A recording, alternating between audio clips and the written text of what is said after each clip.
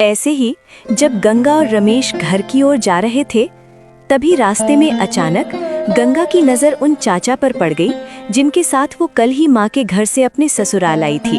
अरे चाचा जी, आप यहाँ? और चाचा जी, आप इस तरह उदास खड़े क्यों हैं? अरे बेटी, अब तुझे क्या ही बताऊं। जब से वो रिक्शा चलने लगा है ना, तब से बैलगाड़ी में जाने के लिए सवारी ही नहीं मिलती। आज तो अभी तक एक भी सवारी नहीं मिली। घर में थोड़ा सा भी राशन नहीं बचा है। यही सब सोचकर मन बहुत उदास हो गया है।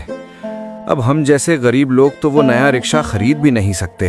अरे भाग्यवान, ये चाचा कौन है? मैंने तो इन्हें पहचाना नहीं। अरे जी, कल जब मैं घर आ रही थी तब इन्हीं चाचा जी ने अपनी बैलगाड़ी में मुझे घर तक छोड़ दिया था। अच्छा, वैसे भाग्यवान, इनकी हालत देखकर मुझे बहुत बुरा लग रहा है। और जैसा इन्होंने बताया कि आज इनके घर में थोड़ा सा भी राशन नहीं है, तो क्यों ना हम जो सामान अपने घर के लिए लाए हैं उसमें से इन्हें दे दें। इससे इनकी मदद भी हो जाएगी और हमारे लिए थोड़ा सा सामान रख लेंगे। अरे जी, आपने तो बिल्कुल मेरे दिल की बात कह दी। चलिए, हम अपने सामान में से इन्हें कुछ सामान दे देते हैं। चाचा जी, क्या आपके पास थैला है? आप हमारे सामान में से कुछ सामान ले लीजिए। हाँ बेटी, मेरी बैलगाड़ी में हमेशा एक थैला रखा रहता है। चाचा जी के ऐसा कहने पर गंगा ने अपने थैला से कुछ सामान निकाला और आदर पूर्वक चाचा जी को दे दिया। बेटी, तुम दोनों का दिल सच में बहुत बड़ा है। तुम दोनों का दिल से बहुत बहुत शुक्रिया। अगर आज तुम लोगों ने मेरी ये मदद ना की होती तो शायद आज घर पर सभी को बिना खाए ही रहना पड़ता। तुम दोनों का एक बार फिर से बहुत बहुत धन्यवाद। अरे चाचा जी, धन्यवाद की कोई ज़रूरत नहीं है, ये तो हमारा फ़र्ज़ है। वैसे चाचा जी, अब हम चलते हैं, आप अपना ख्याल रखिए। ऐसा कहकर गंगा और रमेश अपने घर की ओर चल पड़े।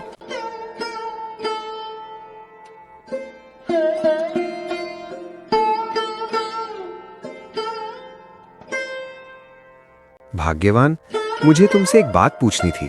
हाँ जी, पूछिए ना, क्या बात है? भाग्यवान, मुझे एक बात समझ में नहीं आती कि तुम अपनी दीदी से इतनी नफरत क्यों करती हो।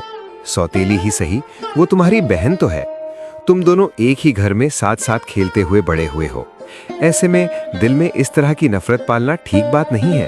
अरे जी, अब आप भी उस गरीब गंगा की तरफ होने लगे हैं। आखिर आपने उस लावारिस गंगा में ऐसा क्या देख लिया जो आप मुझसे इस तरह बातें कर रहे हैं? अरे भाग्यवान, मेरा कहने का मतलब वो नहीं है जो तुम सोच रही हो। मैं तो बस इतना कहना चाहता हूँ कि तुम दोनों ही बहनें हो और अगर तुम मिलजुल कर रहोगी तभी जीवन में खुशियाँ आएंगी। आप ये सारी बातें रहने ही दीजिए। मैं उस लावारिस गरीब बहन के साथ मिलजुल कर नहीं रह सकती हूँ। कृपया आप ये सब बातें यहीं छोड़ दीजिए। विवान भले ही अमीर था, लेकिन उसका मन सीता की तरह अमीरी गरीबी का भेद नहीं करता था। वो स्वभाव से सीधा साधा, सरल और नेक इंसान था।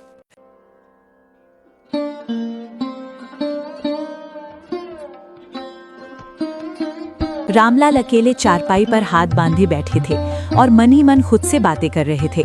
पता नहीं भाग्यवान और सीता गंगा से क्यों इतना नफरत करती हैं। सौतेली हुआ तो क्या हुआ, वो भी इसी घर की बेटी है। आज जो मैंने बाजार जाते देखा, उसके बाद तो सीता ने हद ही कर दी। सबके सामने बाजार में अपनी दीदी से वैसा व्यवहार कौन करता है भला। अब ऐसे और नहीं चलेगा। मुझे रमेश से मिलकर अच्छे से बात करनी पड़ेगी।